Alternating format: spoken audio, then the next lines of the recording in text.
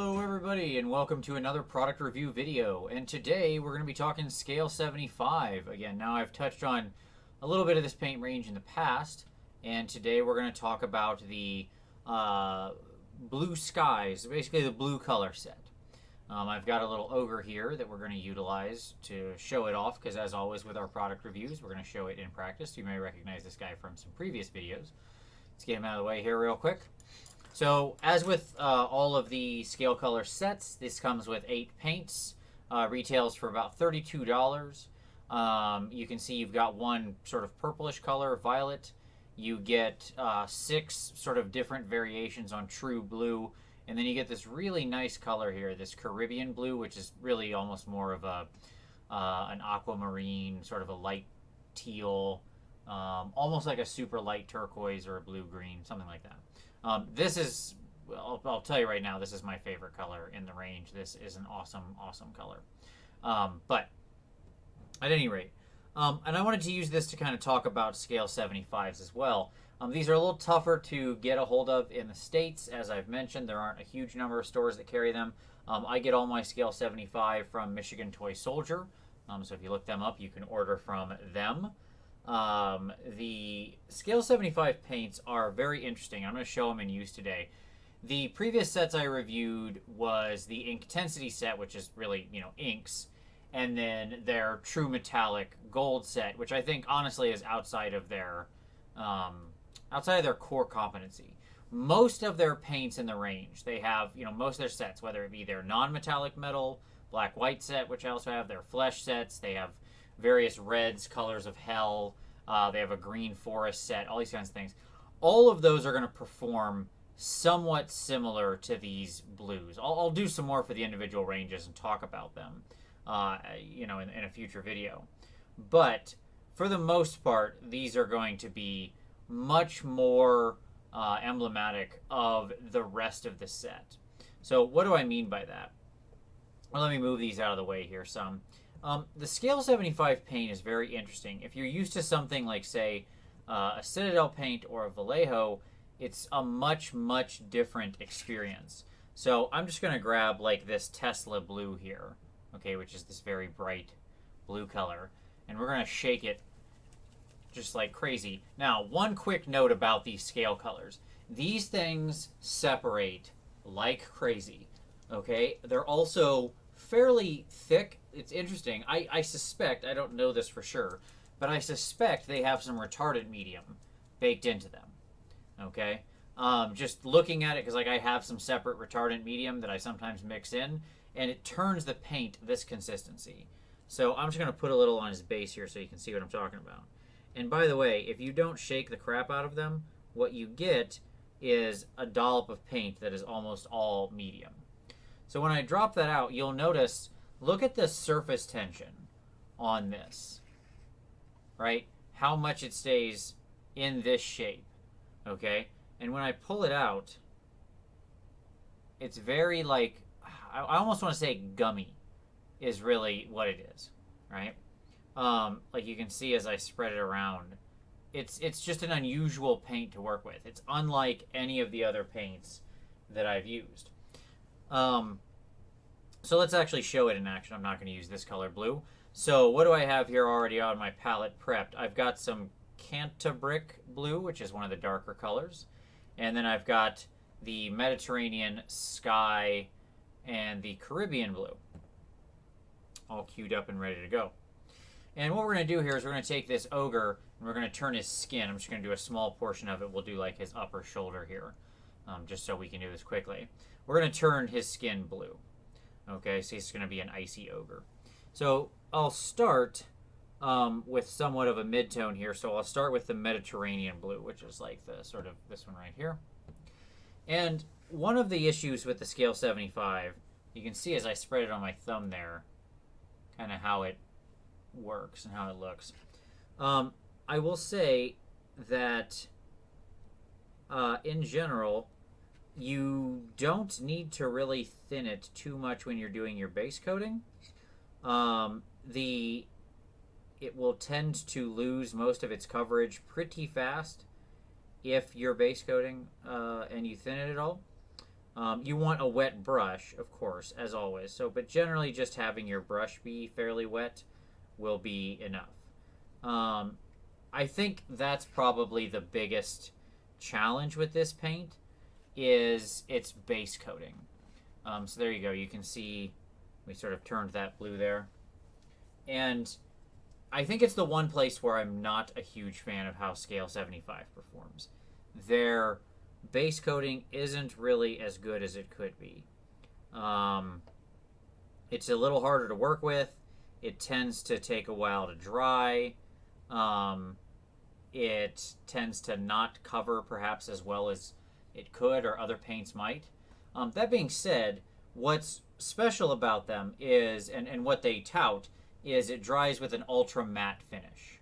Okay, I'll actually, I'm just, like I said, you have to wait a second on this, because if I get in there on that shoulder right now, you saw how long ago I spread that, and I pull down some with my finger, I can still pull some of that paint off. Not off completely, but if you look, there is less paint there. Like, I have wiped some of that off. And that sat there for a fair amount of time. Like, most paints would have been. I wasn't wiping hard, by the way. I was just literally running my finger across it. The Scale 75s, their claim to fame is it has an ultra matte finish. What that basically means is you never get reflections out of it. And I will say it lives up to that. Like, you can see how shiny and reflective this paint is right now. I'm going to spread this out over his base, and we're just going to let it dry while we're doing the rest of our work. And we'll come back to it, and we'll see how that looks. Okay.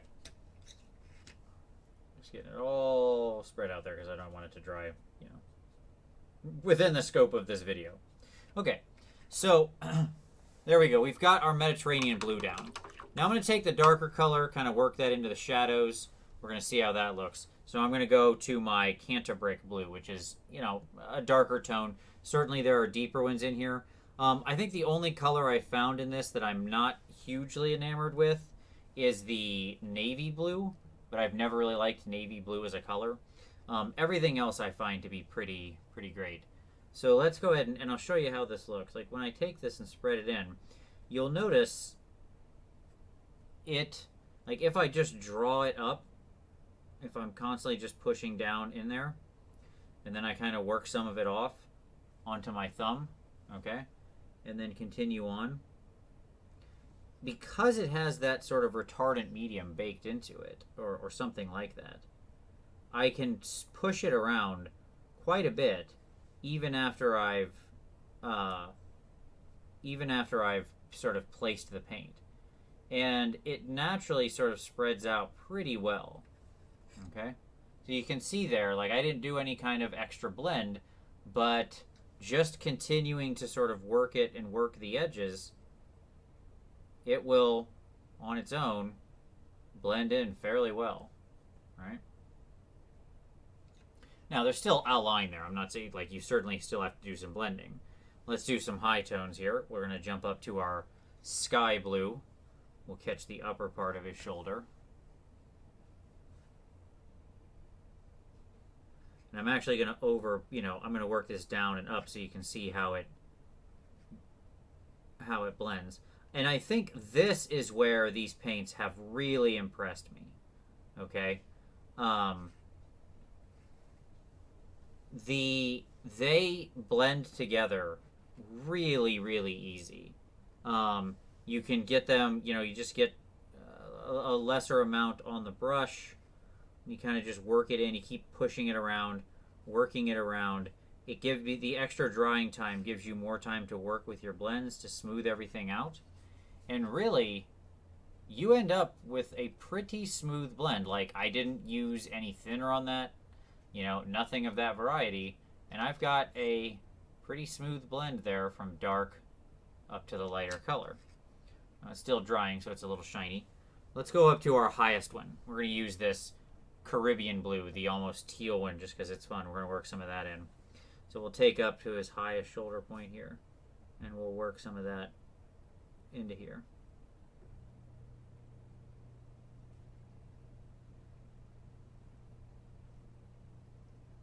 Okay. Again, these push around really easy. You saw I kept just sort of manipulating the paint pushing it up into where I wanted it to be. And you can see really easily it creates that transition. And I think that's what's impressed me about these paints. They just naturally, the ranges seem to be very well chosen to work well together. The colors blend really strongly. They they do what they say on the tin. That is to say, they do dry to an ultra matte finish. That paint down there is still drying, but you can see in the part that is dry what's going on. It can be worked thin enough quite easily. If I found that the best way to thin these is a little mix of just water, a little retardant medium, and a little thinner medium. And you can extend their drying time even longer if you need to do some really, really big blends or something like that. But you can see that, you know, you're able to travel across a lot of colors pretty efficiently. So, there you go.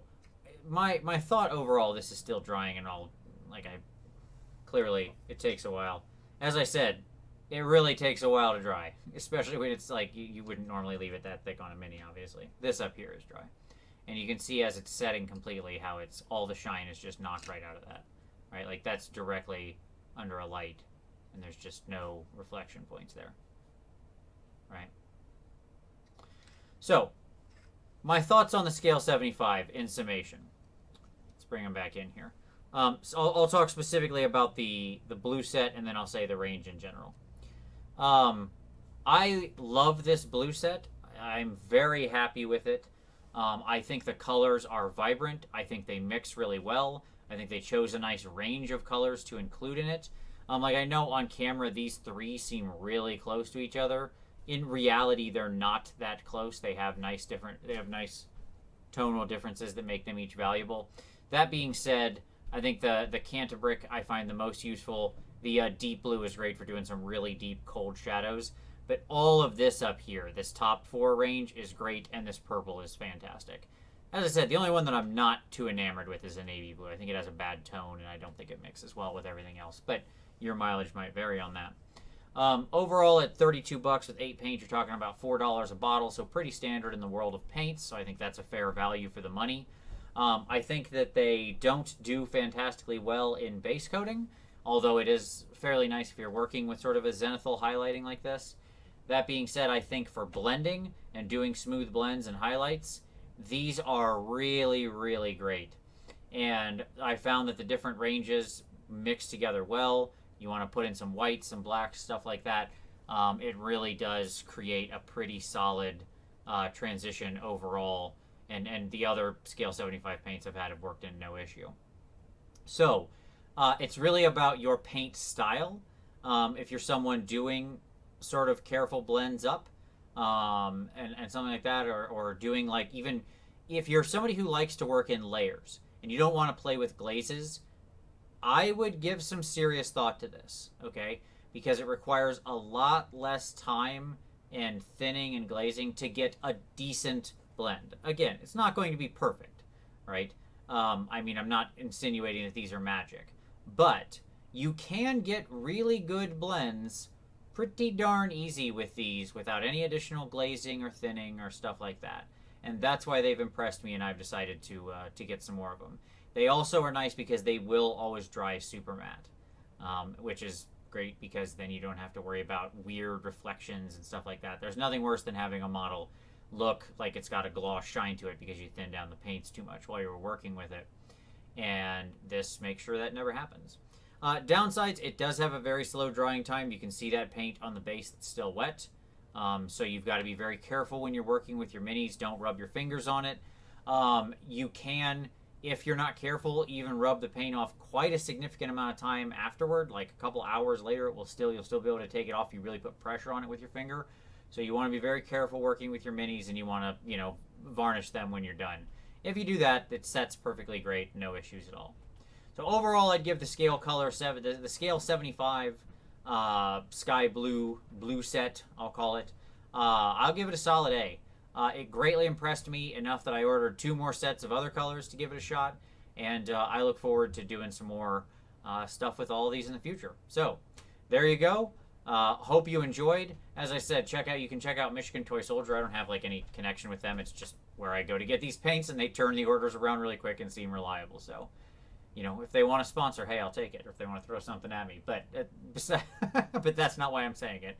I'm saying it because I think they're good, and it's a great place in the U.S. to get them. So I'll put the link for that down below. But there you go. As always, I thank you very much for watching. Hope you enjoyed this product review. And as always, we'll see you next time.